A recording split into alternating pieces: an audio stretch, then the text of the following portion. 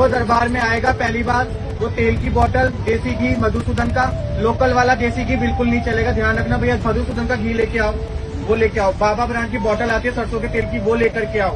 ठीक है भाई, जो नहीं ला सकता वो कृपया करके अपने घर बैठे, बहुत सारे दरबार खुले हुए, वहां जा चले जाए। कुछ लोग बार बार कहते रहते हैं कि हमारे देश में धर्म का धंधा कैसे चलता है, इस पर सवाल उठाते रहते हैं। और जब भी मैं वीडियो बनाता हूँ कुछ लोग कमेंट भी कर देते हैं कि आप हिंदू धर्म के खिलाफ बोलते हैं। लेकिन आपको बता दूं कि ये हिंदू हो या मुस्लिम, सभी धर्मों में इस तरह से इस्तेमाल किया जाता लोगों को। आप एक बार ये देखिए, यह व्यक्ति कोई शायद किसी मंदिर का पुजारी है, यह अपनी मांगे रख रहा है। आप इनको सुनकर खुद समझिए कि किस तरह से हमारे देश में लोगों को पागल बनाया जा रहा है। नारियल, देसी घी और एक सरसों की तेल की बोतल, भैया ये तक भी नहीं ला सकते तो अपने कृपया करके अपने घर लौट जाया करो।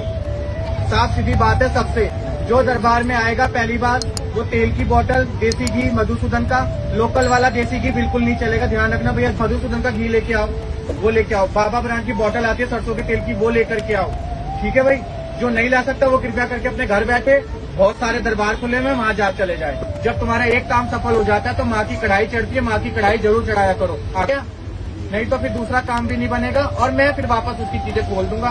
चाहे उसके साथ कुछ भी हो, कुछ भी घटित हो, मेरी कोई जिम्मेदारी नहीं है, ना मेरी कोई गारंटी है। जिसका जो काम बनेगा मुझे बिगाड़ना भी आता है और बनाना भी आता है। तो ये देख रहे हैं, खुद को ही भगवान मान रहा है यह व्यक्ति। ये कह रहा है कि जो ये यहाँ पर माता का जो भी भंडारा वगैरह लगता है या जो भी ये लोग करते हैं, ये कह रहा कि देसी घी के डब्बे लेकर आओ, वो भी मधुसूदन के। और जो बाबा ब्रांड है, सरसों का तेल भी केवल उसी ब्रांड का लेकर आओ, और नारियल लेकर आओ। अगर आप लोग इतना भी नहीं कर सकते तो इस दरबार में मत आया करो, और बहुत देश बिना के दरबार है वहां चले जाया करो। और तो और जो ये अंधभगत आए हुए यहाँ पर, इनको यह धमकी तक दे देता है कि मुझे काम बनाना आता है तो मुझे बिगाड़ना भी आता है। किसी का एक काम बन गया तो खुश हो जाता है, दूसरे काम के लिए ये सब चीजें नहीं लेके आता है। तो ये कह रहा कि फिर अपने आप संभाल लेना, मैं बिगाड़ दूंगा। तो ये अपने आप को ये कह रहा कि माता जो कर रही वो कुछ नहीं कर रही। इसका कहने का तात्पर्य यही है कि जो भी कर रहा है ये पुजारी खुद ही कर रहा है, यही किसी के काम बिगाड़ रहा है, यही किसी के काम बना रहा है।